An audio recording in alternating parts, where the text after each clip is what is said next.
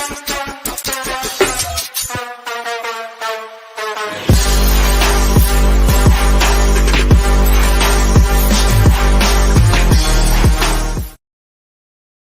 welcome to the Monday morning show. That's Ryan Hensley. I'm Grant Cohn.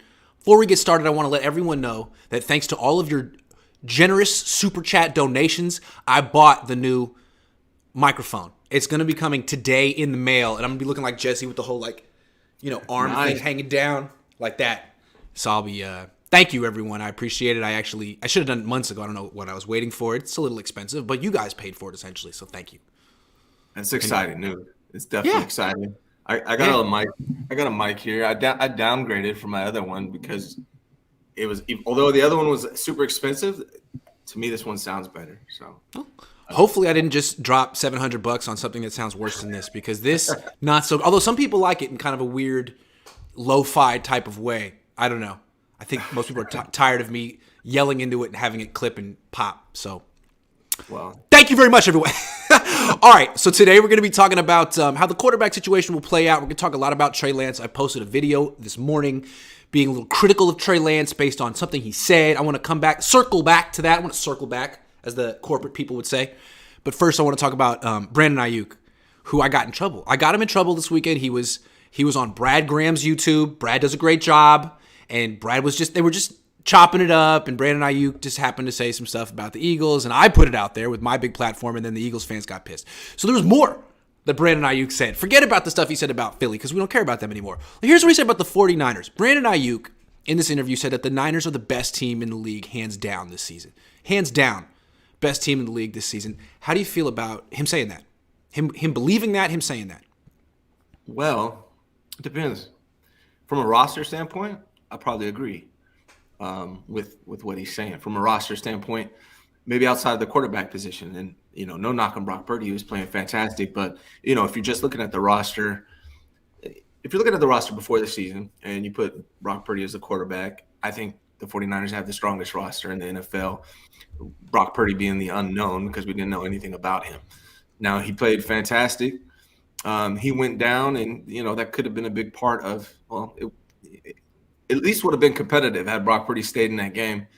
But overall, I think we've been saying it for the last couple of years that the roster is the strongest in the NFL, and that's probably why it's so damn frustrating that they keep not going the distance, for me at least.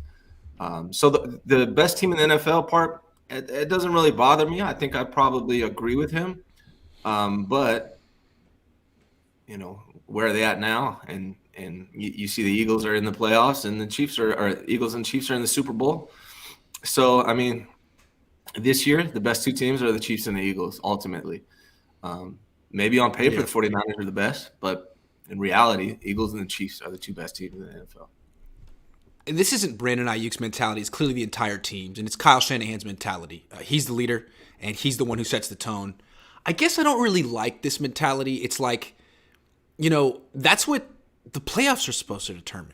That's what games are supposed to determine. It's almost like the Niners collectively as an organization wish that there was like a coach's poll, an AP poll at the end of the year.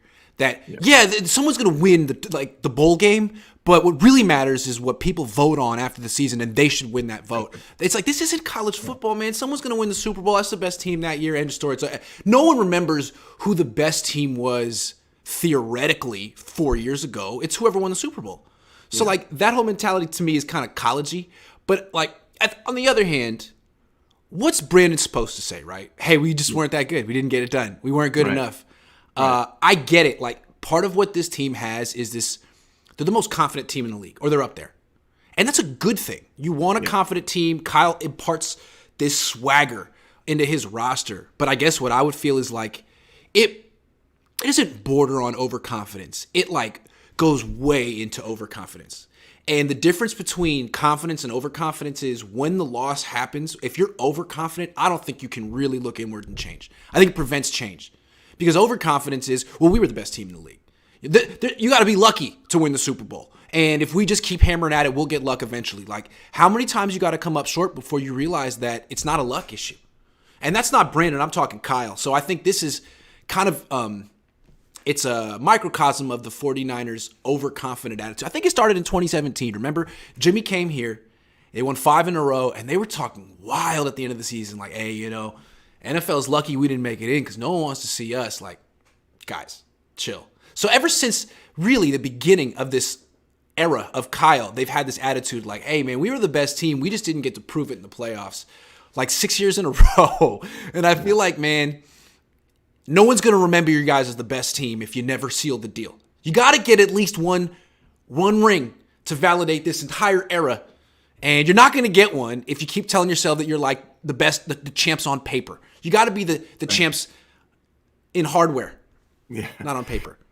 Yeah, I mean, the reality for me is that the 49ers have been the best team outside of the quarterback position for the last few years.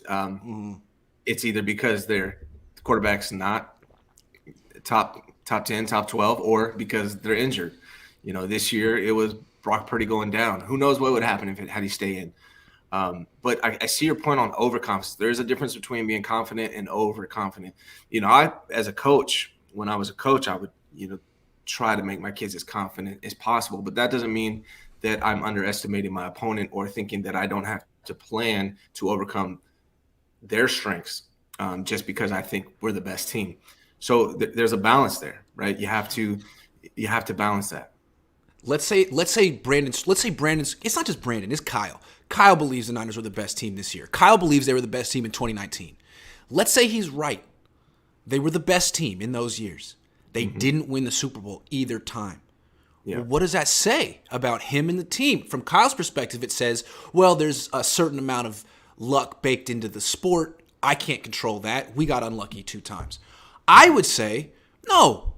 You had the best team in the league twice. You didn't win the Super Bowl. Like, that's almost more painful. It's not like you were Brian Daboll's Giants and you were, no. You guys were pretty much looked at as the best team in the league. You saw yourselves that way and you came up short. That, to me, is painful. You got to live, and you'll live with that the rest of your lives if you don't win a Super Bowl at some point. You will always look back. You'll be 70. And you'll think, man, 2019, man, 2022. Those were our years, and it'll eat at you unless you win it soon. You know what I'm saying? And like in football, it's not like basketball where the Warriors could feel like, man, we got 10 years worth of title runs as long as we got Steph Curry. Man, you don't know when this window is going to close. Nick Bosa is going to be making like $35 million a year coming up pretty soon. This is all going to change. So you can't keep squandering these opportunities and telling yourself like, we were the best team. It's all right. We were the best team that year. We'll get them next year. Yeah. That's all I'm saying. That's all I'm saying. 49ers maybe they need to clarify we have the best team outside of the quarterback position. And, Jimmy was never – if Jimmy Garoppolo is your quarterback, you don't have the best team. You might have the best team outside of the quarterback position. Yeah. Now, with Brock Purdy, he was playing phenomenal. But he was the 4th best of the quarterbacks left in the playoffs. Let's be honest. Yes, he was. He was. And maybe that's good and enough. And Steve Young – sorry to cut you off. Steve Young said you need super-duper level quarterbacks to make it this far. And, I mean, look around. I mean, maybe. Yeah, sorry. Go ahead. I cut you off. I mean, this is a quarterback-driven league, period. And I've been talking about it. We talked about it last night. I was talking about it with Jesse. Like, is there really such thing as a Super Bowl window if you don't have a top 10, top 12 quarterback? Now, again, Brock Purdy was playing like a top 10 quarterback. Whether he turns out to be a top 10 caliber quarterback or not, that's yet to be determined. But he was playing like one. So the 49ers had a legit chance. To me, this was their best chance of winning a Super Bowl this year because on paper their roster to me was better than everybody. Brock went down. But again, I don't know. To me, when I was looking at the trenches between the 49ers and the Eagles, it seemed like the Eagles were winning that battle. So I don't know if the 49ers would have won if Brock Purdy stays healthy. But they definitely would have been a hell of a lot more competitive had he stayed into it. But again, I think that the 49ers need to recognize that they have had the best roster in the NFL for a couple years now outside of the quarterback position, which seems to be Kyle Shanahan's Achilles heel. He either can't find them or he can't protect them or they don't stay healthy or whatever it is. But that always seems to be the problem. And everyone compares him to Andy Reid. Andy Reid didn't win a Super Bowl until he got Patrick Mahomes. So this is just the reality, man. Your quarterback is the most important position in the NFL. It's the reason they get paid the most. It's the reason why all these protections are put in place. And until Kyle figures that part out, it really doesn't matter the rest of your roster. I mean, you might get lucky with a great defense and a quarterback that gets hot at the right time. But until you dial in that quarterback position, you're not a Super Bowl team. Let me side with Brandon for a second before we finish this. Yeah. It wasn't Brandon's fault they lost to Philly, and it wasn't Brock's fault they lost to Philly. I don't care what Kyle says. He could have stepped up in the pocket. It wasn't Brock's fault. It was Kyle's fault. The game plan was wrong. Brandon essentially revealed what the game plan was. The game plan was to expose Philly's defense. That's the wrong. There's nothing to expose. Because whatever you thought you saw in the secondary, man, you got to have a really good, really not just a good offensive line, but good tight ends, good running backs, a good protection scheme to even get to that portion of the game to trying to expose them. That was the wrong idea. They had the right idea against Dallas. Although, actually, hold on. Going back to Dallas, they messed up against Dallas too. Okay, let's go get back to the Dallas game. Kyle comes out passing. Thankfully, Dallas doesn't get a lead. And Kyle Juszczyk and the vets and the team go up to Kyle and they're like, hey, man, can we go back to running the ball, please, and win? And they do. But this game was over before that could happen. Yeah. So, again, I don't blame Brock Purdy. I thought Brock Purdy was terrific in the playoffs. I don't know if he's great, but he was terrific. At some point, the head coach has got to come along to the party, too, and stop, reliving his own mistakes. Yeah. Well, I think when it comes to the Brock Purdy injury, I have equal blame with – I mean, obviously, if Brock Purdy steps up in the pocket or gets that ball out a little quicker, there's no – he doesn't get injured. But the game plan was also flawed. You have to allow – you have to overcome those risks, right? You have to think ahead. Okay, yeah, if Brock Purdy gets this out on time, this may happen. But what if he doesn't? What could happen? Is Tyler Kroft going to be able to hold off Hassan Reddick? Right? That has to come into his mind as a coach, right? You can't just say, hopefully this works, or I think this will work. You need to go with your strengths. And the Eagles' weakness on defense was a run game and defending the running back out of the backfield in the passing game. That's what he should have been doing, not trying to hopefully this works. If Brock gets this out on time, it's worked. If not, he's going to get murdered, and that's what happened. And so ultimately it falls on Kyle too. I predicted that the Eagles would win 20-16. I thought it was going to be a low-scoring game. I thought both defenses would play well. They did. I mean, the Niners ended up giving 31 points, but they gave up less than 4 yards a carry. They gave up 120 passing yards. Yeah, they gave up touchdowns, but really their defense was playing well. The Eagles weren't even trying to do much. Their biggest play was a catch that really shouldn't have counted if Kyle had challenged it. The Niners defense did well. Kyle's game plan was, we're going to have to score a lot of points to win this game. That was the wrong game plan. He comes out taking shots in the second series. No. What you should do is play how you always play against the Rams. Ball control, quick passing, run the ball, win the time of possession, never put your quarterback in a position to get sacked. I mean, we've seen Kyle do it all the time. When he goes against a defense that he respects, a pass rusher that he respects, he never lets that guy wreck the game. But for whatever reason, he wanted to expose Philly. Well, that was the wrong game plan. If you had just been a little bit more conservative on offense, you wouldn't have lost the game on offense, which is what you did. You could have won the game with your defense because Philly wasn't there to do a damn thing in that game. In retrospect. Now, to be fair, a quality control Grant told them that they needed to win I said they needed to put up points. But I don't know why I said that, because then I predicted Philly to win scoring 20. I'm a walking contradiction. But I do feel like he was just too aggressive against his team. Well, the first error, in my opinion, was this Eagles team is one of, if not the best, they might be the best at scoring on their first drive. Thank you. So I want to say that I put that in my live blog. Hey, I think the Niners, if they win the toss, should take the ball because you don't want to start from behind against this team that starts quick with this pass rush. But Kyle never, ever, he just does what he does. Sorry. Get the ball first, right? Instead of deferring, choose to receive the ball. Get the ball first.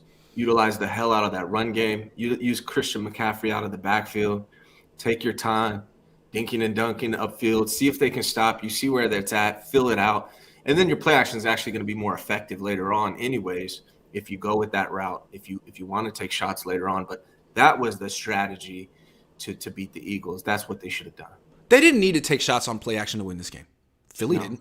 What did Philly do in this game on offense? They ran the ball a lot, and they threw some like curl routes and slants. I mean, they did like safety first football. They were not trying to impress anyone. Nick Sirianni wasn't trying to dazzle Brian Baldinger. It was just, let's just not turn the ball over. Let's run the ball a lot. Let's win. And it worked. I think that, I mean, look at how well Christian McCaffrey played. The Niners could have put him in a position to win the game. First play of the game, throw over the middle of George Kittle, quick throw, it worked. Dude, keep doing that. Yeah. Keep doing. There's so many things they did that worked, but the game was over immediately because Kyle had the wrong game plan. So Brandon, I got Brandon in trouble. I totally understand how he feels.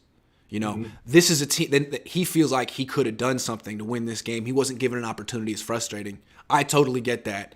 But Kyle, man, you got to look in the mirror and understand that you were not the best. Well, you did. No. You were the best team in the league this year. And you found a way to not win a Super Bowl again, man. Again.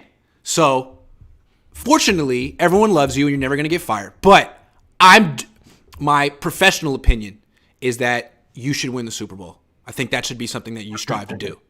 Should definitely try. I highly recommend you do that. Yeah. Joshua Wyatt says, I'm sorry I missed the Cohn phone. Yeah, what the hell, man? I was expecting you. Still too angry to not swear on your show. Fair. That is respectful. This was also predictable. In fact, we did predict it, but once again, they got us to buy in by being relevant. Yeah. I mean, I predicted the Eagles to win, but I just didn't. I thought it was going to be an all-time great game. And the fact that it was over immediately. Again, if it felt like it was supposed to be the fight of the century. And they're both talking hella crap. And they both, this guy, he's nothing. Great. It's going to be great. But then one guy really comes in disrespecting the other and like has his hands at his waist or something and like sticks his chin out, like do something. And then gets smacked in the face and knocked out. Like, whoa, we didn't get the fight. What were you doing? That's what that felt like to me. What were you doing? Raise your hands up and fight. What are you doing? I don't know. It's strange. Yeah, I mean, I think I texted you and I know I texted Jesse. I didn't put it on record because I just don't want that drama on my Twitter feed or my YouTube channel. But I think I texted you guys.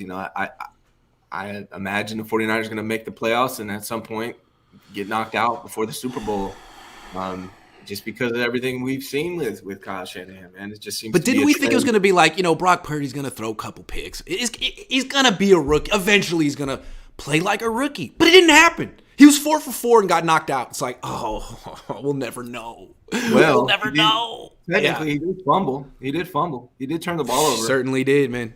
Yeah. He certainly did. Yeah. Yeah. You know what's kind of funny in retrospect? He was having the Tom Brady season, right? He was having the Tom Brady season. That happened to Tom Brady too. But it happened like a millisecond later. And he didn't tear his UCL. And there was that stupid tuck rule. And they won the game. So it's funny how things like that happen. He was almost Tom Brady, but not quite. I wonder why. Yeah. Freddie Murphy says, not that upset at NFC Chip loss. Weren't going to beat Chiefs anyway. Niners have been deficient at quarterback. Ryan just said it, LOL. After 4 years, it's on Kyle Shanahan. It's true. And Steve Young essentially said that too. He's like, look, great story. Hell of a season, Brock Purdy. But, okay, now we have to determine whether he's good enough to win a Super Bowl. And he frankly didn't prove that. Yeah. Randy says, Trey starts the season if he excels, great, and Purdy is backup or potential trade. Or if Trey is a bust, then we know it's Purdy's team to build around. Well, I don't know that. I don't know that. I don't know if it's Purdy's team. I don't know talk about that.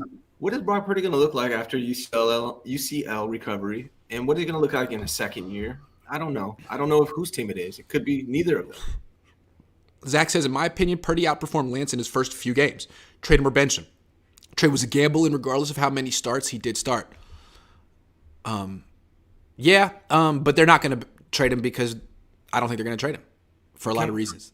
Can we talk about this? Like, Trey, who doesn't know that Trey Lance needs experience to see if he can reach the potential that people think he can? That's what he needs. Like, why are we pretending like we thought Trey Lance was going to come out and just be the guy from the jump? No, who really thought that? Right? The things he lacks more than anything is experience. He has to get experience, or we're never going to know what we have in Trey Lance. Also, the Niners just went through 4 quarterbacks in a season. So you got to think they need 5 at this point. They need 3 on the active roster and 2 on the practice squad. I mean, they need bodies at this position because of whatever. I mean, they say it's a coincidence, but until they exercise these demons, and you worry of a sophomore slump from Purdy. Yes. I mean, he's going to have surgery. So, but before we talk about that, I want to talk about Trey Lance. Yeah. I made a video this morning very critical of Lance based on one comment he made to The Athletic, and maybe he was taken out of context. So here's what happened. He was basically asked if he's going to work on his throwing motion this offseason. I think he said no. And I took that to mean he's not going to work on throwing mechanics at all, which to me is like, a huge red flag because he has to, just like Jalen Hurts did. I've broken it down. He has this left front leg lock thing that Hurts had. He fixed it. Mm-hmm. Anyway, upon further review, I think maybe it was a misunderstanding because Trey Lance has been working on this. He does work with Quincy Avery, who is the guy who fixed this for Jalen Hurts. Quincy Avery's the one of the people who identified the issue with Hurts and fixed it. So there must have been like a misunderstanding here because he's working with Quincy Avery. He's gonna be there. He knows what he's a hard. I think he's gonna be working on this. I'm fairly certain he's gonna be working on this all offseason. Yeah, so I actually saw the interview where that came from. Did you see that interview where they? No, I just saw the little blurb, and I was like, "What is it?" So it was on. Yeah, it was on the exit interviews, like the day where they're cleaning out their lockers and leaving. Yeah. And I don't know who it was, but somebody said, "What are you going to be working on this off season? Do you plan on working on your throwing motion?" And he says, okay." And he was like, not really my throwing motion necessarily is not what I'm going to be working on. And he started talking about the things he is going to be working on. So it wasn't like he's just like, nah, I'm good. It's not like that. That's kind of what people are trying to make it out to be. Okay. That's not what it was. Because I remember Colin Kaepernick once said, I'm not really big into throwing mechanics. And he would talk about how Phillip Rivers throws and how everyone throws different. Like, that's not what I want to hear. I just want to know that he's doing whatever Quincy Avery tells him to do is all I care about. And it seems like he's going to. That's his guy. Yeah. Yeah, and that's the thing about Cap, man. He really that comment that you're talking about, what Cap said, right. That's a lot different from what Trey Lance was saying. He was responding to a question: Are you going to work on your throwing motion this year? He's all, not really my throwing motion. I've been passing. I think about my throwing is good right now. And he was talking. And then he started talking about the things he's really going to focus on. And I think what Trey Lance needs to focus on more than anything, he just needs, obviously when he gets healthy, he just needs to get reps at throwing the ball in all different situations and scenarios. A lot of touch on the short passes, the quick screen passes. Those are the things he needs to work on more than reps, motion. Right? He just needs reps more than anything. Yeah.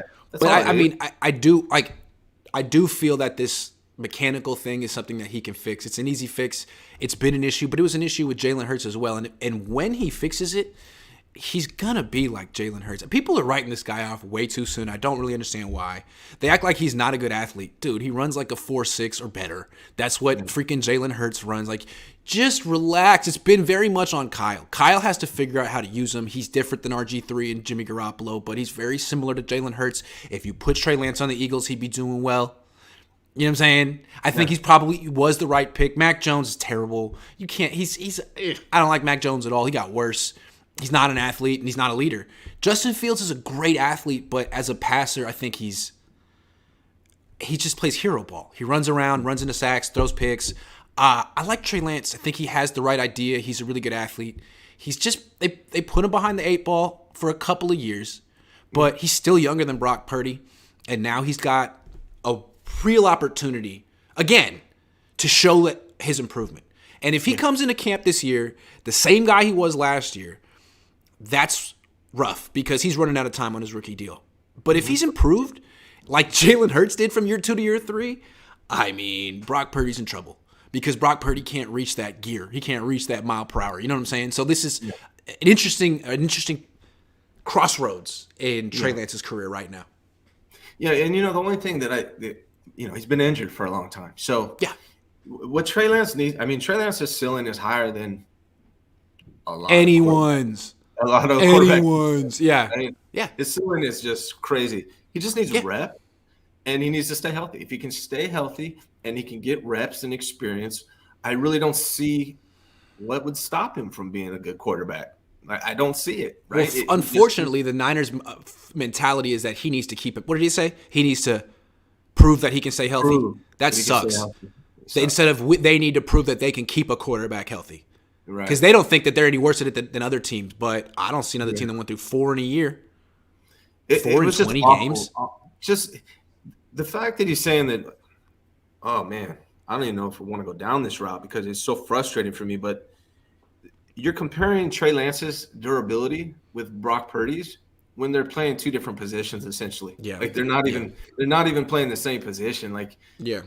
if you use Trey Lance or you use Jimmy Garoppolo and Brock Purdy the same way you use Trey Lance, they're probably going to have durability issues as well. I would imagine, right? Also, Brock got hurt twice in 8 games. He injured his oblique and his rib, and then he injured his elbow. And the Niners blamed him for getting sacked. Right? He should have stepped up. So, right. what do we talk? I mean, it's a pattern, man. They can't keep the longest they've kept a quarterback healthy is 20 games on this team. Well, Brock Purdy and Jimmy Garoppolo both got injured, and none of them ran 13 times per game. So it's absolutely ridiculous to think that Brock Purdy or Jimmy Garoppolo is more durable than Trey Lance when you're not using them the same at all. It's absolutely ridiculous. And to throw them under the bus the way that John Lynch did really pissed me off. Like, because I really like John Lynch. I think he's a smart guy. I think he's a nice guy. But those statements really, like, John, you're better than this. And not only should you not think that, or is it not true, but come on, man, you worked in the media. You're a Hall of Famer. You know not to say stupid things like that. Yep. It was really weird and out of character for John Lynch to say it the way he did. And what's funny to me is the Niners have such a tough time keeping their quarterbacks healthy. And then Kyle Shanahan says that really snarky thing, the last thing at his press conference is, well, we could just hand off every time. Like, that's literally what you did in the one NFC Championship game that you won here. You handed off every time except for 8. And that's the one year. The one year that they really committed to running the ball was the year that their quarterback didn't get hurt and they won the NFC Championship game. And they probably would have won the Super Bowl too if they hadn't given up on the running game at the very end. I don't know why Kyle Shanahan wants to pass so much. But when they run, it seems like good things happen. All their personnel is built to run. But Kyle, I don't know what it is. He just gets excited about throwing. Maybe it's his inner wide receiver, but, Kyle, maybe you should hand off more, dude. Yeah. Bro. He should run until it's evident that they can't in every game. I mean, this team is built around it. That's your identity. And when they got in McCaffrey, all of a sudden he became this pass-happy dude. And mid-playoffs, use checks like, hey, man, can we run, please? Please? Yeah. Also with Trey, you don't have to have him carry the ball. Just him handing off helps the offense. And I feel like there was way too much Trey running early in the season when he was only averaging 4 yards a carry, and it felt like everyone else was averaging 6 or 7. Like, let him be a decoy until teams adjust. And then when they overcompensate to stop who he's handing off to, he'll gash them. I feel like Eagles don't press the issue with Jalen Hurts, but when you're pouring all your resources into stopping everyone else, there he goes. Yeah. With a lead blocker. Mind you, with Trey Lance, he was always running naked, I want to say. Anyway, and to start the game. It's like, nah, man, he doesn't need to set the tone between the tackles in the first quarter. This is stuff you do like later in the game to get a crucial first down, a crucial touchdown. It's a high risk play, so it has to be for high reward too. You don't do it on 2nd and 9. It's absolutely ridiculous, man. Yeah, and I understand the benefits of the 11-on-11 football. But just having him out there is a threat of that. And then handing off, that's still 11 on 11. It's still 11 yes. on 11. And then you have to honor him. So now you got CMC, Elijah Mitchell, Jordan Mason, Deebo Samuel, freaking Ray Juice, and Trey Lance. Out of all those guys, he might be better than Juice at running. The rest of those guys. And what's great is all eyes are on Trey. So you can have this gadget offense where, who has the ball? It's a double reverse. It's a zone read. It's an RPO. All eyes are on Trey. Yeah. And so that makes every single guy better. We saw it. What were the Niners averaging in yards per carry and yards per play when they were struggling with Trey Lance at quarterback this year? I bet it was freaking high. They just weren't finishing in the red zone because they didn't, as a team, didn't start to finish in the red zone until like week 11. So, it's everyone. So anyway. Let me ask you this, man. Here's another point to it. The 49ers are known for running the ball, right? So teams, what do? They stack the box, try to stop the run. Mm-hmm. What can Trey do that none of these other quarterbacks on the 49ers have done? Put the ball over the top. And that's how you spread the defense, right? So that's the threat that they need to utilize with Trey Lance over him running the ball when he's probably the 5th best runner on the team. Yeah, and how many deep shots did they take? That everyone remembers. We missed the one to Tyler Kroft on the first drive of the season. First of all, it was Tyler Kroft. Oh my God, it's crazy how the season started and ended with Tyler Kroft. But he also hit Ray. He hit Juwan Jennings. He has some nice throw. He got hurt immediately. Anyway, we're gonna talk more about Trey Lance. Trey Lance, I was like, you better do this right, Trey. I think he is. Sorry, I think it was a misunderstanding, Trey. Don't hate me. I think the fact that he's working with Quincy Avery was a tip-off. Like, how is Quincy going to let Jalen do the right thing and Trey do the wrong thing? And is Trey really the kind of guy who's like, Jalen or Quincy, I got it. Yeah. I think I know what I'm doing. I don't think so. And it was the throwing motion of his arm. Not right. He said he's not working on his throwing motion. That's not what he needs to do. On his footwork or his right, because he's sensitive about that he has to tighten his throwing motion or make. No, that's not what his thing is. It was with Jalen. It's the synchronization of your upper body and your lower body. And if you throw yourself, you know that there is a process with your lower body. You go bent back knee to bent front knee to straight front knee. When you decelerating is where you get hurt. And it's the most violent part of the motion. Decelerate your arm, decelerate your lower body, you straighten your leg. And at least when I was a kid, I had terrible throwing mechanics because I was always hurt. And what you try to do is, I think sometimes you straighten your lower leg, your front leg, if you're trying to slow down your arm because you're anticipating pain. He had arm fatigue. I don't know what it was. If that's all in the past, he should be able to throw free and easy. It's something that he could be that can be pointed out on film and he can fix rather easily just with reps. So I think it's okay. Yeah. I think most of it boils down to footwork more than anything, and that's not considered throwing motion. That's mechanics, footwork.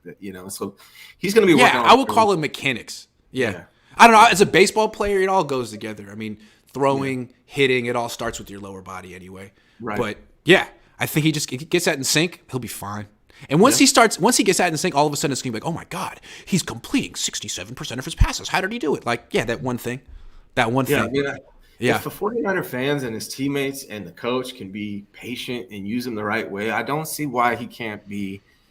God, I mean, he has so much damn potential, man. He just needs reps.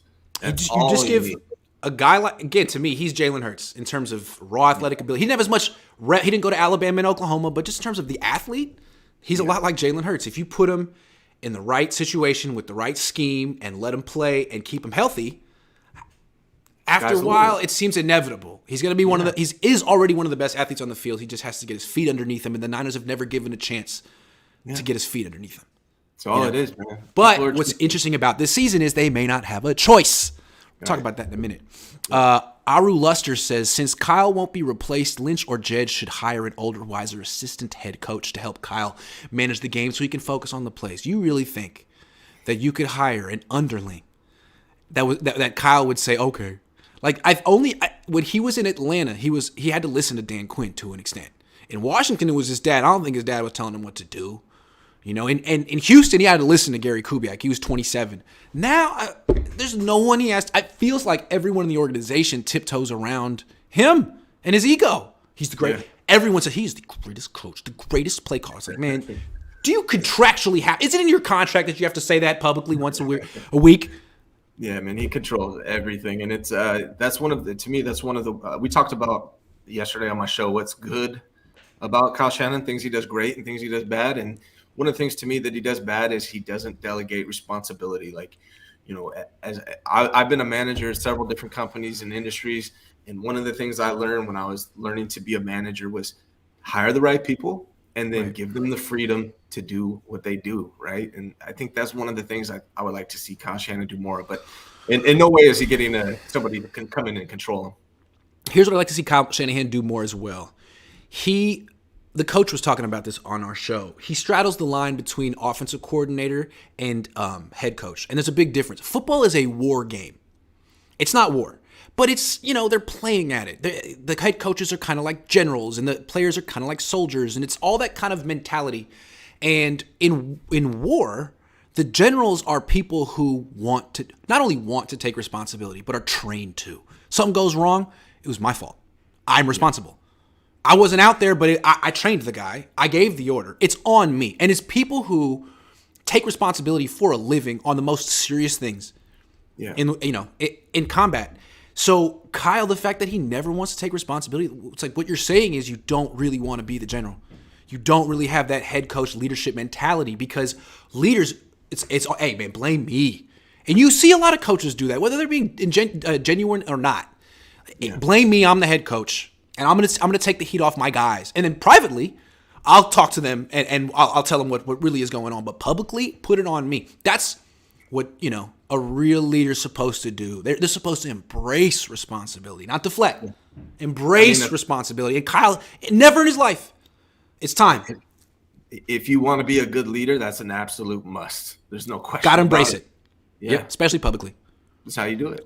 Mansa, who called in to the Cohn phone, did a great job. Increase acceleration, agility, waist down mechanics so he can run outside zone read instead of inside. Hey, fellas, enjoying the show. I feel like a big reason he hasn't been able to get to the edge is when they do run the zone read, teams are waiting for him to keep the ball, which is like, man, keep handing it off until they adjust. Keep handing it off. He handed it off to Deebo. It was like 50-yard run. I mean, it was working. Yeah. Yes. I mean, I watched Jalen Hurts. What he does is hand the ball off a lot. That's what he does. Yeah. And then he keeps it when you least expect it. I think a lot of that in the option, they need to just not make it look like an option, but it's not really an option, right? Make it look like an option. It's just a straight up give. It's a give, right? You don't tell Trey, I don't want you. Don't read a damn thing. Don't read it. Hand this off. Right? Hand it off. Because frankly, he needs reps reading this. He didn't do the zone read in college. This is all new to him. Yep. What watch you wearing, says David Sir. It's a Tissot. Karan from the Cohn phone got it for me generously. Wow. That's Karan. Cool. Yeah. Glass half full guy says, seems to me as a fan, Kyle gets arrogant and lacks the ability to self-reflect and self-analyze. That's just me, though. That's exactly how I feel about him. And if he wants to prove us wrong, he has another opportunity this year. Preston Reynolds says, commented about an hour ago, the same thing on your vid covering this, Grant. Glad people are starting to give Trey some benefit. I think he just needs consistency in his throwing motion. Yeah, and once you get it, I mean, then you got Jalen Hurts. Now you got an MVP candidate. Yeah. Corey Soto says, I'm sorry for Purdy, I really am, but I didn't see the dude.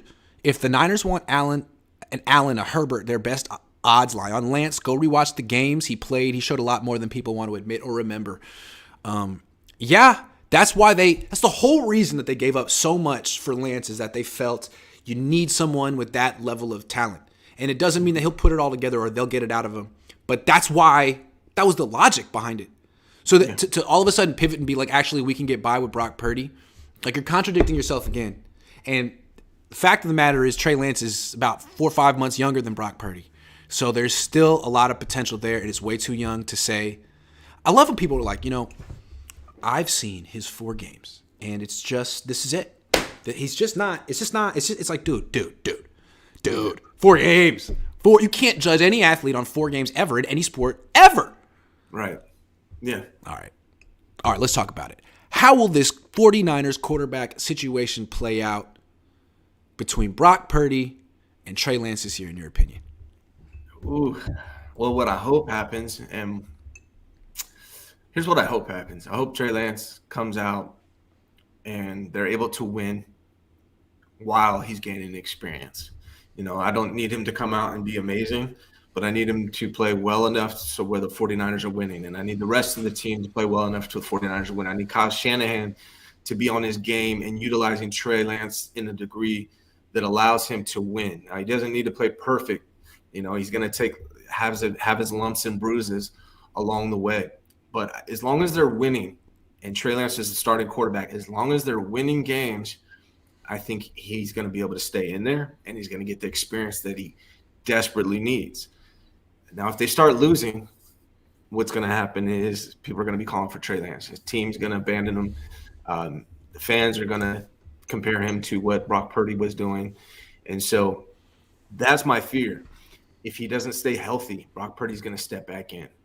And who knows what we'll see from Brock Purdy if that happens. So I'm a little nervous about the 49ers traditionally start slow.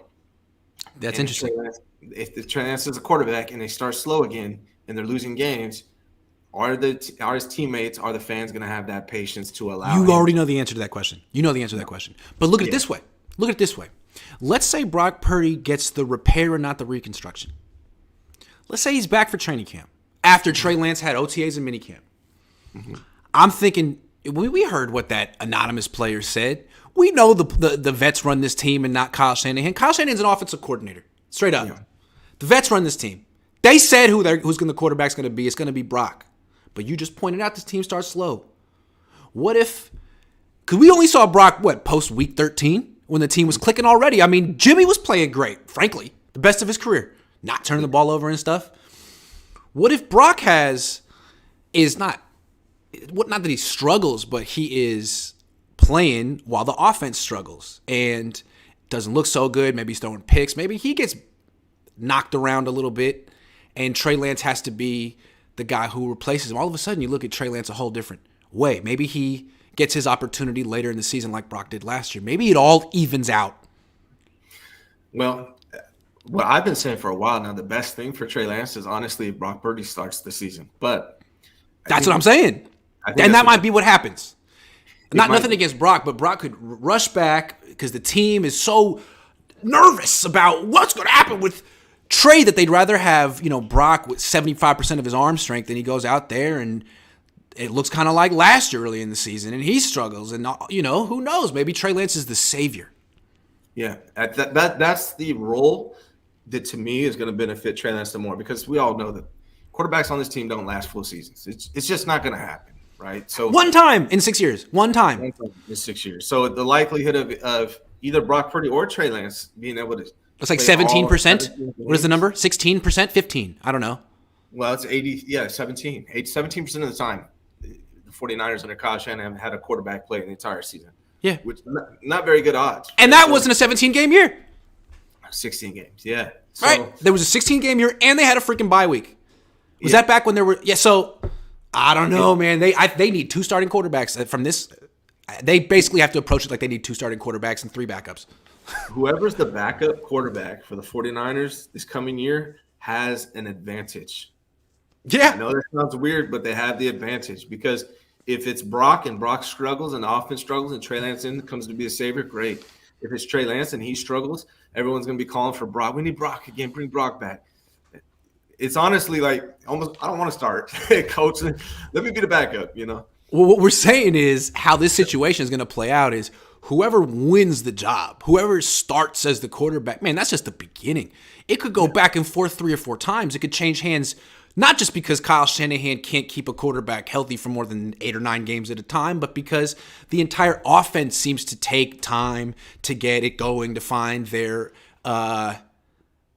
identity. And also, remember, what is their offense going to be?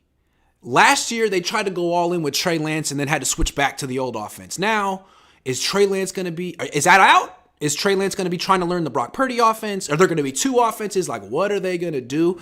Is there going to be a quarterback competition if they're both healthy? Is that going to set back the offense? All this stuff, like, are they going to start fast this year? I don't know. It'll be interesting. Yeah, man, that's the thing. We don't know. It's going to be it's definitely going to be interesting. I mean, I think based on the fact that Trey Lance is going to be there for OTAs and a majority of the training camp, that he's going to end up being the starter. And we still don't know what Brock Purdy is doing. We haven't heard when he's going to be back. At this rate, best case scenario, it's early August when he comes back, right? Best case scenario. Yeah. Real quick, he hasn't even had the surgery yet. He has had no surgery yet. They're still waiting for like the swelling to go down. So no matter what he decides, it hasn't even started. Yeah. Best case scenario is August, mid-August. Yeah. That's the best case scenario. So I don't think at that point, Trey Lance being the guy through OTAs and training camp, I can't see Brock Purdy just getting the reins. I think Trey Lance is going to be the starter for week 1 for the 49ers. But again, that comes with a lot of pressure. He's going to have to play his ass off in order to maintain that position. He's going to have to overcome a lot. Now, can he do it? Maybe. We'll see. And it's interesting, like, how are they going to structure the offense for Trey? Are they going to go back to what they were trying to do? Like, I don't know that you just necessarily want to throw out the zone read and make Trey do the offense that Brock does. Like, I like the way Philly uses Jalen Hurts. They definitely leverage his running ability every snap. Doesn't mean he runs every snap, but they leverage it a lot. He's in the shotgun a lot. They run the zone read a lot. I think Kyle looks at Philly and says, I want to do that too. But he just didn't do it as well as Sirianni and Shane Steichen. So now you got another year to figure it out, how to get your quarterback. How do you do this 11-on-11 football without getting your quarterback hurt? Because frankly, most teams can't figure that out.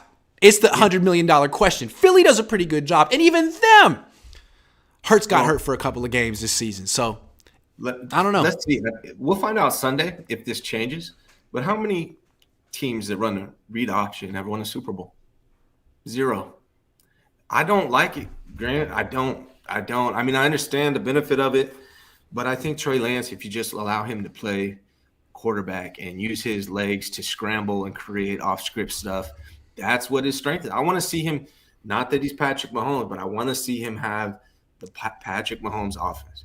That's what I want to see. It's fair. But what I think what's so intriguing about Philly is that they're this close to showing you can do it. They're this close. Yeah. They do a great job of balancing running and passing with the quarterback, keeping him healthy, when to do it. Now, I know he got hurt that once, but he's back. And if they can do it, all of it, because everyone understands the benefit of 11-on-11 football. It's the NFL. Is you can't get your quarterback hurt, and you don't want to be Baltimore. You don't want to be what the Niners were trying to do last year. It seems like you don't want to run your quarterback up the middle on 2nd and 9. But if Philly can show teams a way to do it in the NFL, that's a game changer. So I'm not rooting for Philly to win the Super Bowl. I don't give a damn. But there is a lot at stake here. And they did win with the RPO and Nick Foles, but this is like the next iteration. But it's similar. Can I ask you, who do you think's going to win? I don't know yet. I got Kansas City. I got the Chiefs winning. Just because of, like, I've looked the last few years, 4,000 yards passing, 40-plus touchdowns. Those are the teams that have been winning. That's Patrick Mahomes. And they got the best quarterback in the NFL with Patrick Mahomes. They got Andy Reid, who's arguably top 2. And they got the best tight end. They got Chris Jones. I think Philly overall has a better roster, but I think Kansas City's going to pull it off based on the trends of the last few years. But we'll see. Could be. Shreddy Murphy says Kyle Shanahan cannot keep Trey Lance healthy for a full season. Not going to lie, I'm sensing a collapse next year, similar to Philly game, only earlier. Imagine Purdy out for 12 months and no other quarterbacks. Well, we got Nate Sudfeld, bro. We're going to get Nate Sudfeld. All is good. Nate Sudfeld is coming. All I know is I feel like when you go to 3 NFC championship games and you don't win any, it's exhausting physically and emotionally. You know what I mean? It's like you just did a 20-game season again, and the comedown, it's so draining and frustrating. Like, how many times can you keep climbing up to the mountaintop before you have one of these seasons where it's just like, remember the Harbaugh year? They did it 3 times, and that 4th year just was not the same. They were 8-8 that year. They were 7-5 at one point, and I think 7-4. They fell apart. Can the Niners do it again, or is this going to be the year that they're just like, man, we missed our opportunity? I don't know. Yeah, I don't know. You know what I'm talking about, though. Yeah. That happens. Yeah. Eventually, teams just get tired of climbing to the mountaintop and getting close and not making it. It's like, how many times can I do this? It's exhausting. Mm-hmm. It's 20 freaking games plus the preseason. Yeah. It takes its toll. It's like, sorry. You saw Trent Williams ready. Like, I don't even know if, he was just feeling that exhaustion. That's why he briefly was talking about, I don't know if I'm coming back. He was coming back the whole time. I knew it. I think he's definitely coming back. He said he's coming back, but that exhaustion came out in those words when he was asked about it. Yeah. I mean, think about these guys. They've played an extra 9 games in their playoff. I mean, the last 4 years. In the last 2 years, they played an extra 6 games. Mm-hmm. It's just exhausting. It must be tough. Glass Half Full guy says, I agree with you, Ryan, on John Lynch comments about Lance needed to stay healthy. Seemed unnecessary. I was so surprised that he said that. I was like, not you, John. You're better than that, John. Poopy Pants says, inaccurate, injury prone with arm fatigue and male pattern baldness at 22 years old. This guy will save us like Trump saved the USA. The phenomenon of people who are this viscerally against Trey Lance is one of the more interesting sports phenomenon I've ever seen. Kendrick Wheeler says, I want to see Trey Lance play like Josh Allen in a way, big body that has a big arm and is a threat in the red zone. Trey's not as big as Josh Allen. I think Josh Allen, we can't compare people to him. I've never seen anyone physically like him. He throws like John Elway. He runs like Cam Newton. He's one of one. Trey is not him. Yeah, he's a bigger Jalen Hurts to me. Yeah, that makes more sense to me. Kevin, what's up, Kevin? In his Texans intro press conference, D'Amico said, I'll never throw my players under the bus.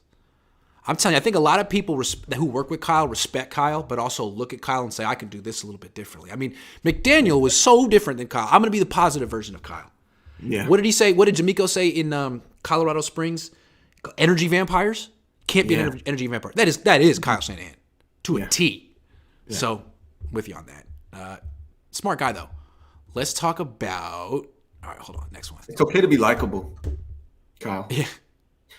I put these questions out on Twitter poll, and I got some interesting results. I asked, who has a brighter future, Trey Lance or Brock Purdy? Put this out on my Twitter, and about 55% of the people who answered said Trey, which I thought was very interesting. Who would you say? I mean, if we're basing it off potential and ceiling, it's Trey, no question. I mean, I think that's what that question basically alludes to is who has the most potential. I think that's what that would mean. That's how I would look at it. And so when we're talking about who has the most potential, it's Trey Lance by 1.5 miles. It's not even close. So, whether or not if Brock Purdy's able to reach 100% of the potential, which I think he's closer to that than Trey is, right? I think if I'm guessing, Brock Purdy's about 85% of his potential right now, maybe even higher. And maybe that ceiling's come down since that UCL injury. We don't know. Right. I think Trey Lance is still at like 60% of his potential. But the potential levels are, Brock Purdy's here and Trey Lance's potential is way up here. So if both those guys can reach their potential, I think it's Trey Lance, no question. Now, here is the question, though, actually, that after I said no question, it really boils down to can he stay healthy in the scheme that Kyle Shanahan wants to run him under. Well, neither quarterback has a bright future if Kyle Shanahan keeps getting all of his quarterbacks hurt. So that's out of their control, in my opinion. But to me, I was kind of sold on Brock for a minute. I was. I really liked. Despite his small stature, I was looking at him being like, man, is there really that big of a difference between him and like freaking Bryce Young, who's 5'11" and gonna be the number 2 pick in the draft? Like, get over the size for a second. Look at how he moves. Look at the plays he makes. He's damn good. But then they messed up his elbow. And now I got to wonder, like, what is his future? What is he going to be like when he rushes back from this injury as fast as possible to hold on to his job and make his bosses happy? I don't know. And if he loses arm strength, I'm really concerned about his future. Then I'm wondering, like, was the best of him last year? Is he going to be like Jimmy Garoppolo, who, after the torn ACL was never, ever the same? I wonder, but Trey's younger than him, more athletic than him, and hasn't really been given a shot on a team that was clicking for more than a week. What would Trey Lance look like if he got to start the week after the Houston game and just keep going? He looked really good. He hit his stride. The offense was great. He could have, but instead they went back to Garoppolo, James Richard, who was hurt, and they won in spite of him for a few weeks and then lost. I don't know. What would he look like if he didn't get injured and would just continue to play and get better week in, week out? The thing about Brock Purdy is he never really had the greatest arm strength, but coming off a UCL injury, a lot of people fans are what I think they're just hoping for. They're saying, oh, he could come back with a stronger arm or he's not going to lose. Well, if he has the Tommy John, that can happen, but that's a 12 to 18-month recovery. It's possible, but if you're talking about an injury to his throwing arm on a guy that's not known for his arm strength. If it makes you confident that he's going to come back better after that, I just don't see how that can make anyone confident. Isn't it messed up that the one guy with who really needed arm strength messed up his elbow, and the one guy who really needed mobility messed up his ankle? It's like, great. Great. Yeah, huh? Who knows if Trey will be the same, have the same mobility that he had before? I think it's going to take. I think he will, but I think it's going to take a year or two before his. We don't know. 100%. Look at Dak. Yeah. Now I know his injury wasn't as bad as Dak's, but Dak is freaking slow now. Yeah. We didn't used to be. Now it's like. When he took off for the end zone against the Niners, I thought he had it, and he got tackled like the 4-yard, and I was like, "What?" Used to, but now I can't move. I hope that's not Trey. Well, I can speak from experience. I have a pin in my right ankle right now. And so I can tell you from experience, I'm not an elite athlete. I never was the fastest dude in the world, but I know you can't believe it. But it took me a while before it felt normal. Like, it took me a while. Like, even though I was coming back, playing basketball, doing whatever, and I was 100% healthy, it didn't really feel normal for a year or so. And so I could see that being a possibility for Trey Lance. And I think that's another reason not to use him the way that Kyle Shanahan wanted to use him, you know? So, and when we're speaking about Brock Purdy as well, we're talking about brighter future. One thing that was also a concern is how many times did you see Brock Purdy step up in the pocket? We saw it sometime. I saw it in the red zone on that touchdown pass to Kittle on the left, but much more often he actually stepped back and spun out of the pocket. And we talked about that being, that's a time bomb pretty much. You can't do that. Why do you think he doesn't step up in the pocket? He's small. Because he's small. Yeah. He's small. Kyler doesn't step up in the pocket. He backs out. Russell Wilson doesn't step in the pocket. He backs out. I mean, he's small. You want a guy to step up in the pocket? Trey Lance. He does that. Limitation. That's a limitation. Yes. Yeah. Yes. Yeah. Which is why Kyle, I wouldn't call a straight 7-step drop back play action against that pass rush.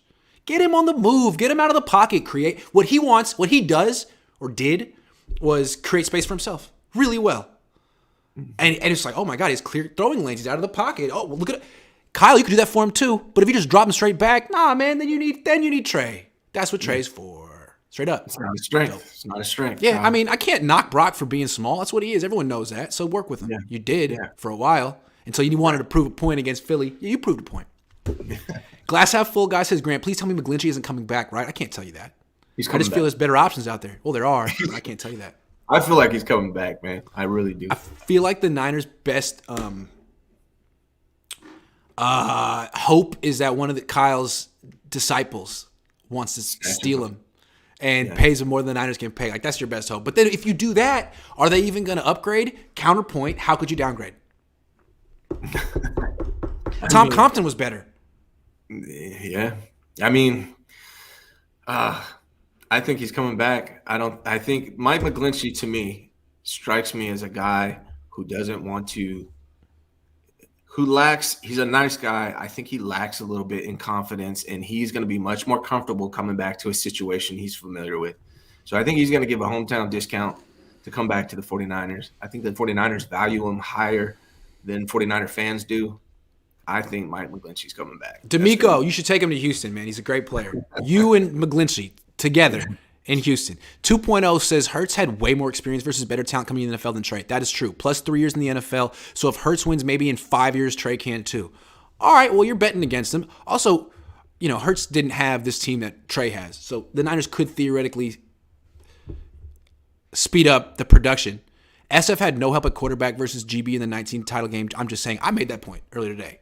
Kyler, maybe we should hand it off every time. That's literally what you did to win the NFC Championship game the one time you won it here. What are we doing about C and right tackle? Yeah, agree with that last part. Are they going to run it? Can they afford to bring back Brendel? It's possible that McGlinchey and Brendel leave, and the replacements will be guys who were rookies last year. I think they'll get one of those guys, and I think Brendel leaves. That's my guess. McGlinchey comes back. I'd rather have Brendel. Abu Marco 23 says, did you guys check out the 50th anniversary of hip hop performance at the Grammys last night? Pretty epic collaboration. No, I never watched the Grammys. It was actually good this year. I never watched the Grammys. I heard it was good. I heard Too Short perform, but I don't what? Watch those. Yeah. They had the Grammys invited Too Short. That's what I heard. Did he say his favorite word? Did he say his favorite word for all the people at the Grammys? What's his favorite word? No. Yeah, I don't know. Yeah. That's so funny. I don't watch award shows. I think celebrities get enough celebration. Yeah, the show is nothing. There's nothing happens in the show. It's a year non-event. They get like 8 award shows every year. Watch speeches? Like, I don't want to watch speeches. Yeah. Matt says no team has drafted a quarterback in the top 10 and gave him 4 stars to prove themselves. Jamarcus Russell got 25. Zach Wilson currently has 22. Yeah, it's fair. I mean, if you want to be, gross negligence right here. But again, I think whether they want to give Trey Lance an opportunity, he's going to get it because they can't keep any quarterback healthy. Sorry. I'm going to keep saying it until you prove me wrong, Kyle. I will. Corey Soto says, we didn't know who Purdy was going to be next year, regardless of the surgery. One can argue Nick Foles had a better season than that one year he looked like it. True. Yeah. True. All right. Let's get off the quarterback. Right. Another hypothetical. I put this one on Twitter. Who will have a brighter future? No, not who will have. Who does have a brighter future? Deebo Samuel or Brandon Aiyuk? Before you answer, the people overwhelmingly on Twitter picked, can you guess? Brandon Aiyuk. They did, which is strange. I mean, not strange, but it's amazing how things can change in a year. They wouldn't have picked Aiyuk last year. No. No. Brighter future. So there's a lot that goes into this question. I don't look at Deebo Samuel like a wide receiver. I know that sounds crazy. I don't really look at him like that. He's kind of a gadget player. I feel like he's become less and less of a wide receiver as his career's gone on. Like his route tree is what? But he still makes an impact. He's a weapon. He's probably one of the best weapons in the NFL. Top 3, I would say, as far as when he's healthy. When he's healthy. Yeah. He's a weapon, man. But Brandon Aiyuk is a true wide receiver. He's one of the only true wide receivers 49ers have, in my opinion. And as far as like who has a brighter future in this league, I mean, look at Aiyuk's history of consistency and stability and being on the field. He hasn't missed a game. What Deebo does is it's more dangerous, right? Yeah. It's like it's a perfect example. It's like comparing what Tom Brady does to what freaking Trey Lance has to do at the quarterback position, right? So Deebo, he's basically he runs very short routes. He's a running back damn near half the time, right? Him and Christian McCaffrey basically have the same role, just different titles, and they just do it differently. You know, Christian McCaffrey's elusive. Deebo's more of a I'm going to run you over type of dude. So I feel like the way they're utilized, it's definitely built for Brandon Aiyuk to have a longer, more successful career. Yeah. Also, I just trust Brandon's preparation more than Deebo's. Like Deebo to me always, except for 2019. 2019, he was in great shape. But he also had a reason to be in great shape. He was on the mission for the bag, and he got it. But now I feel like he looks 5 pounds overweight, which is fine. I'm not fat shaming him or anything. He doesn't look optimum Deebo. Optimum Deebo looked like a Hall of Fame level player. I'm not saying Brandon Aiyuk is a Hall of Fame level player. But what we saw this year from Deebo was a guy who never really got into tip-top football shape because he was hurt and he missed some practices, and maybe he'll get there in the future. But if he's going to be this the rest of his career, so much of his game depends on violence and collisions and breaking tackles and being explosive. It's not just the collisions that could lead to injuries, but just stopping and starting when you have a little too much dip on that chip. You know what I'm saying? Yeah. If you're trying to do all this explosive movements at 224 when you should be 215, you can pull muscles too. So I'd have to go with Aiyuk. I mean, there's no question. Look at his body. I mean, he's got 6% body fat. He's in great shape. He doesn't miss games. His game isn't dependent on him having explosive stop-start or breaking tackles. He is able to string moves together downfield at full speed that other guys can't freaking do. And he's got this length that other guys at 5'11", 6 feet don't have. Yeah, I'm betting on him to have a nice career into his early 30s. Well, think about it this way. It's like in the NBA when a shooter's athleticism deteriorates, he can still shoot, right? Brandon Aiyuk, let's say Brandon Aiyuk and Deebo's athleticism deteriorates. What does Brandon Aiyuk become? A possession receiver. He's still going to be able to catch it, still has, the wide catch ratio. What does Deebo become if his athleticism deteriorates? He's Nothing. Not known for his hand. He's not known for rushing trees. He's done. He's a straight up like short yardage running back. Yeah. So I think it's, to me, Aiyuk's always going to have the route running in the length. I mean, and the hands. Frankly, you could picture him on a team with fewer weapons and a better quarterback. What the things he could do. You know, I mean, put him on the. He's top 10. He's got Aaron Rodgers. He's top 10. Josh Allen. Josh Allen. 10. Yeah. Absolutely. Yeah. Yes, you put him on the Chiefs. I mean, and frankly, he doesn't complain. I mean, maybe he does privately, and that's the issue with him and Kyle. But publicly, he's really low key. They don't bring him to the podium very much. He's not. I mean, a lot of wide receivers flip out if they don't get the ball enough, right? I mean, that's the nature of the position. He's not like that at all. And he's the guy blocking down the field, no matter how few targets he freaking gets. Yeah. So maybe this is all just to get the bag, and once he gets the bag, he'll be eating Mike and Ike's courtside too. You know what I mean? But I just don't see it with. I don't. Mm-hmm. So I would bet on. I mean, his mentality. He's just Aiyuk is no punk. I'll put it that way. He's yeah. He's and I feel like he's more taking ownership of the team. Like, I think Deebo's more concerned. Well, I don't know. I can't say about Deebo, but in these training camp practices, dog days of summer, where they all hit each other for a week and eventually the fights start. Someone like the defense was punking the offense and Fred was taking it too far, and someone had to stand up, and it wasn't going to be Kittle. It wasn't going to be Trent Williams. It wasn't going to be Deebo. If it was going to be anyone, it was going to be Aiyuk, and he did it. And I think that says something about him. He's kind of like the Fred Warner of the offense without talking a lot. Yeah. You know? Yeah, man. Underappreciated. Yeah. To me, he's the most underappreciated player on the 49ers offense, possibly the entire 49ers team. They got to find a way to keep him around long term, because I think that's one of the guys that you can count on him to give the same level of sacrifice and professionalism, no matter how much money he's making. They absolutely need to do it. I don't see how they do it without letting someone else go. So, I don't see how. Well, I'd rather have him long term than George Kittle. Nothing against George Kittle, great player, man. You're going to be 30 next year. Armstead going to be 30 next year. What is Aiyuk, 24, something like that? I don't even know. So yeah, they got to figure out. They got to keep them both. Yeah. If you want with Deebo and Aiyuk, but there's some guys getting up there that I would rather, if you had to choose. So I don't know. All right, last one. Who has a brighter future? 49ers head coach Kyle Shanahan or Houston Texans head coach DeMeco Ryans? Keep in mind, the Texans have the second pick in the draft this year. So, brighter future. This one's tough. Everything Kyle Shanahan has done in the past doesn't count. I'm not trying to lead you in any direction because I don't know what I'm going to say yet. I'm going to say, unfortunately, I like DeMeco Ryans better than I like Kyle Shanahan from a personality standpoint and as a person. But I think Kyle Shanahan is in a situation where he could be working for the 49ers for 30 freaking years. DeMeco Ryans is in Houston. I know he's got 6 years, but it's freaking Houston. It's the Texans. It's true. DeMeco Ryans is also defensive minded. A lot of his success is going to be 100% dependent on who his offensive coordinator is. Is he able to find a quarterback? I'm going to say Kyle Shanahan. It's true. I was thinking I would normally just go with the offensive coach by default, but DeMeco is the natural leader here, not Kyle.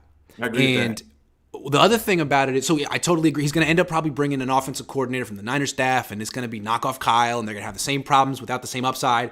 I get that. That's what the problem that happened that went on with the Jets. But we were talking about at the beginning of the show, the quarterback position. You know, it comes down to the quarterback. It all comes down to the quarterback position. And say what you want about Kyle. Got Nick Bosa, put together a great team. A lot of stability here. Year 7, and there are still huge questions at the quarterback position. Meanwhile, DeMeco is going in there, very similar situation, right? Gets the 6-year deal. It's a number 2 pick in the draft. That's what the Niners had. Niners had number 2 pick in the draft, and they could have been like, do we take the quarterback? Kyle said, no. I don't want a quarterback. I'm not even going to pick one. I'm going to drop. I'm going to take a D lineman. And that really still haunts the 49ers. Yeah. DeMeco, what are you going to do? Are you going to trade down, get cute, take a D lineman? Maybe that's the right thing to do this year. Or maybe he just takes Bryce Young. And maybe Bryce Young's really good. I don't know. I mean, he seems like he's better than any other Alabama quarterback that's come out. And some of those guys have been pretty good so far. Tua's pretty good. He looks better than that. Yeah. Maybe he just gets the quarterback position right. And he's like Pete Carroll, where he just rides a Hall of Fame level quarterback. I'm not saying Bryce Young's that, but if he is, or Bill Belichick, who just rides a Hall of Fame level quarterback for freaking 15 years and has success, maybe just getting the quarterback position right immediately leads to DeMeco having a brighter future. But I don't know who the right quarterback is to pick. I started watching. You got to choose between the guy from Alabama and the guy from Ohio State and the guy from Kentucky. It's tough. It does kind of feel like Mahomes, Watson, Trubisky, though, just from it's possible. Racially. I mean, it's totally possible DeMeco has a great career. It's just I feel like the odds are stacked against him. What Kyle Shanahan has shown that he can be competitive year in and year out. The entire NFL looks at him like an offensive genius. So he's going to be able to get a coaching job for the rest of his life. No doubt. And he's always going to be able to get good D coordinators to replace the last D coordinator. It's true. Yeah. He so will. is DeMeco going to be but able to if he can't get that quarterback, though, or if he can get him and he can't keep him healthy, then you know what? He's never going to go to. It's never going to happen. Yeah. Right? Even if he doesn't get the quarterback position right, even if Jed York fires him, he'll take a year off maybe, and he'll come back and get another job somewhere else. Yeah, that's true. That doesn't mean he'll ever win a Super Bowl. No. But it's true. He will always get a job until people finally decide, you know, it's guy's no see. Norv Turner, how many head coaching jobs did Norv Turner get? A bunch, right? Mm-hmm. He had Washington, and then he had the Raiders. Then he got the Chargers. And it was like everyone knew the story, the deal with Norv Turner, but he was that great of an offensive coordinator that couldn't help it but keep getting. And he did have some success. He won a lot of games with Phil Rivers, but never a championship as a head coach. Anyway, I just thought it was interesting, this whole D'Amico thing. Yeah, I wouldn't bet on D'Amico. I wouldn't bet on a defensive coach, but all he has to do is get the quarterback position right. Kyle's still searching. And I don't know. What would you do? Have you looked at these quarterbacks that closely? I haven't even started that. I'm going to start doing that next week, but I haven't even really dug in. I don't watch college. I like Bryce Young. I think he's good. You just wonder if he's going to be great enough to take it number 2 because he is little. And, it's hard to keep little guys healthy. CJ Stroud is bigger, but, man, and he does look like a better prospect than Justin Fields from what I've seen, but the next Ohio State quarterback who works out will be the first Ohio State quarterback that works out. And I think the problem with them is they're never in a pocket that's compressed ever. And they have just one-on-one matchups that are advantageous to them all over the field. So they don't have experience playing like quarterback. I don't know what you would call what they play at Ohio State. It's just easy. It's not their fault. What you want is a guy like with the physical attributes of Trey Lance, with the experience of Brock Purdy. Yeah. On a team where that's one thing, dude. Where he's had to carry the team and not you just can't be a part of a discount experience. Experience is very important. You look at the quarterbacks who are failing. Justin Fields, 600-something throws. Zach Wilson, 800-something throws. Mac Jones, what did he have? Like 700-something throws? Yeah, Trey. This is a tough one. We're going to have to see. Trevor Lawrence had a lot of throws. So it seems like if you don't have 900 throws in college, including junior college, if you went there, man, you're working from a deficit, and you can pull it off, but it's hard. So if you have the number 1 pick in the draft, number 2, I would probably go with Bryce Young just on that alone. He just threw more passes than C.J. Stroud did. Physical attributes, experience, and on a team that probably isn't that good, to where they're maybe the best player on their team that has to carry the team. Because, these guys at Ohio State and Alabama, sometimes it works out, but they have the best receivers, the best offensive linemen. That's true. They've never really had to carry. Also, I feel like the gap between Ohio State and Big Ten is way wider than the gap between Alabama and the SEC. Yeah. Like Ohio State is the one team in the Big Ten with athletes. Maybe Michigan too. Yeah. Every team in the Big Ten is slow as hell. Yes. That's the way I look at it. I don't know. And they're very fast, and they play an up-tempo scheme, and they got all these Big Ten defenses on their heels, and you got these quarterbacks looking like it's freaking the water. They look like Hollywood movies where there's no pass rush. You know what I mean? Work. Yeah. Easy work. I think it's tougher in the SEC. We've seen Mac Jones have some success, Tua have some success. I think Bryce Young is better than them. I feel like he's worth it. I don't know about Stroud, although Stroud is bigger. He's bigger. He's a better athlete than Bryce Young. He might be worth it too. He might be the best. He might be the first. But what does he had? Again, we had 600-something throws from Ohio State. That scares me. In the top 5, that scares me, man. I don't know about that. I don't know about that. Yeah, it's tough. I'm going to dig in deeper on those guys as the offseason progresses for sure. Yeah. And we approach draft day, but I haven't done much on it yet. Because it's not just that you're not experienced enough. It's like you haven't proven it. You haven't really proven. A lot of guys could have a good season, a great season and a half.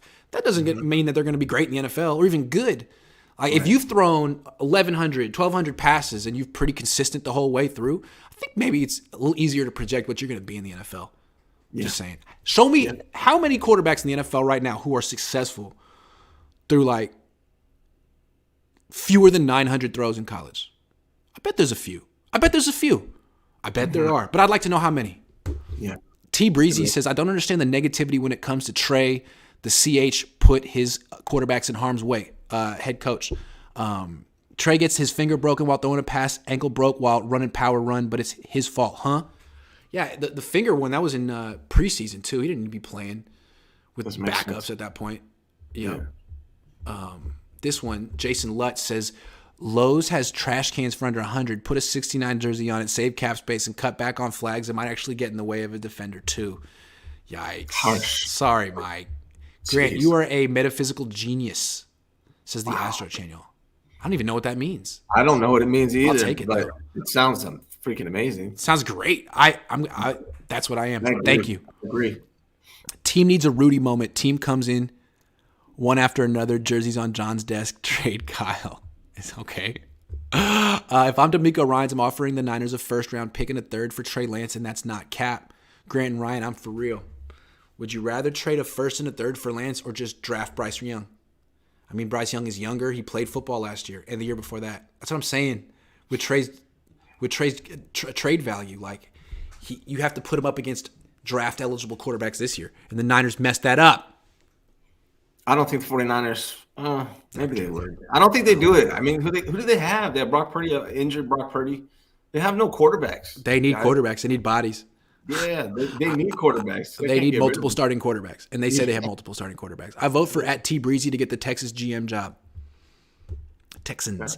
Michael says, any updates on Brock Purdy's second or third opinion? He's supposed to make a decision today. I don't know. Stay tuned on that. Let me look online real quick. I'm having the Pandya is going to come on tomorrow night on my show at 7, so I'm hoping He's great. I'm hoping that Brock decides something, and then I can talk about it and get more information from the doctor. No, okay. Let me look up Joe Burrow real quick. I want to see. Joe Burrow, college stats. How much did he throw in college? Because I know he came on strong at the end. Is that why everyone takes all these inexperienced guys? Maybe. He threw 945 passes in college. That's a significant amount, man. I'm saying if you threw fewer than 900 passes, that's man. You better be one of the best athletes anyone's ever seen at the position. Anyone has ever freaking seen. And even then, isn't Justin Fields one of the best athletes you've ever seen at quarterback? And even that, it may not be enough. I don't know. Yeah. It's an interesting variable that teams may start looking at more. Just straight up experience. Yeah. Otherwise, you might get a Fugazi. Yeah, exactly. That's it. What you got going on the rest of the day? Work. What's today? Monday? Yeah, just work, man. I had my show this morning. It was interesting. I watched that show. It was a good show. If you haven't watched this morning's show, Ryan, it was terrific. Make sure you stay till the end. It's great. The end was interesting for sure. Woo! Yeah. And I'm going to be back later today, 3 o'clock with Larry. So hang tight. See you then. Cool. Thanks for watching, everyone.